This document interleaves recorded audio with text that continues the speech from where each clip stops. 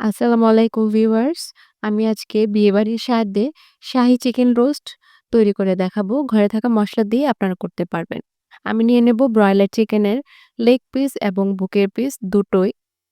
অনেকে বুকের পিস দিয়ে চিকেন রোস্ট করতে চান না। তবে আমি আজকে বুকের পিস দিয়েও কিভাবে চিকেন রোস্ট করতে হয় সেটা দেখিয়ে নেব। আমি মাংসে একটু কাট লাগিয়ে নিয়েছি। এখন শুধুমাত্র লবণ মাখিয়ে নেব এবং ২ টেবিল চামচ তেলে আমি ফ্রাই প্যানে চিকেনগুলোকে ভেজে নেব। অনেকে আছেন ডুবো তেলে ভাজেন। ডুবো তেলে ভাজলে চিকেন রোস্ট খেতে ড্রাই লাগে।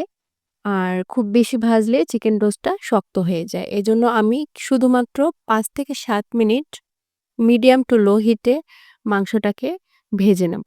হয়ে গিয়েছে, এর চেয়ে বেশি সময় লাগার কথা না।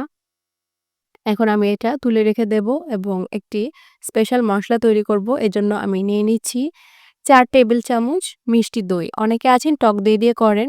তবে আমি রোস্টের মাঝে একটু মিষ্টি, মিষ্টি স্বাদটা পছন্দ করি, যেটা বিয়েবাড়িতে হয়। এজন্য আমি মিষ্টি দই নিয়ে নিয়েছি। এর মাঝে আমি দিয়ে দেব মরিচের গুঁড়ি, ধনিয়ার গুঁড়ি, জিরার গুঁড়ি, হলুদের গুঁড়ি এবং শাহী গরম মসলা। এই শাহী গরম মসলাটি ছাড়া রোস্টটি অসম্পূর্ণ থেকে যাবে। তাই আপনারা শাহী গরম মসলা ব্যবহার করার চেষ্টা করবেন। আমি এখন সবকিছু একসাথে খুব ভালোভাবে মিশিয়ে নেব। কোনো লবণ দিচ্ছি না, আমি লবণ পরে ব্যবহার করি। হয়ে গিয়েছে, আমি এখন এর মাঝে দিয়ে দেব ১ টেবিল চামচ পেঁয়াজ বাটা, ১ টেবিল চামচ রসুন বাটা এবং ১ টেবিল চামচ আদা বাটা। সবকিছু আবার একটু মিশিয়ে নেব। চলে যাব রান্নায়। ২ টেবিল চামচ সাদা তেলে আমি ১ কাপের চেয়ে একটু কম পেঁয়াজ একটুখানি সোনালি করে ভেজে নেব। খুব বেশি ভাজতে হবে না, একটু সোনালি হলেই হবে। আমি এখন এর মাঝে দিয়ে দেব ১ কাপ বাদাম বাটা। আমি এখানে চীনাবাদাম ব্যবহার করছি। আপনারা কাজু বাদাম, চীনাবাদাম মিশিয়েও ব্যবহার করতে পারেন।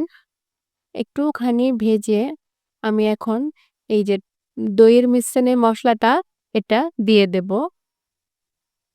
এই পর্যায়ে মসলাগুলো সব একসাথে মিশিয়ে কমপক্ষে ১০ মিনিট কষাতে হবে। আপনার হাঁড়ির ঢাকনা লাগিয়ে অন্তত ১০ মিনিট মসলাটা কষাবেন। হয়ে গিয়েছে, আমি লবণ দিয়ে দিচ্ছি এবং দিয়ে দেব চিকেনের টুকরোগুলো। অল্প একটু পানি দিয়ে আমি এখন অর্ধেক সেদ্ধ করব মাংসগুলোকে। এখন আমি এ পর্যায়ে দিয়ে দিচ্ছি ১ বাটি দুধ। দুধ না দিলে বিয়েবাড়ির সেই শাহী একটা ফ্লেভার সেটা আসে না।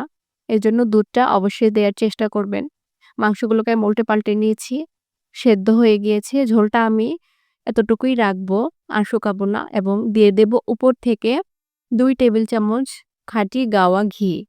হয়ে গিয়েছে আমার বিয়েবাড়ির চিকেন রোস্ট। এই রোস্টের রেসিপিটি আপনাদের অবশ্যই ভালো লাগবে, আমি গ্যারান্টি দিয়ে বলতে পারি।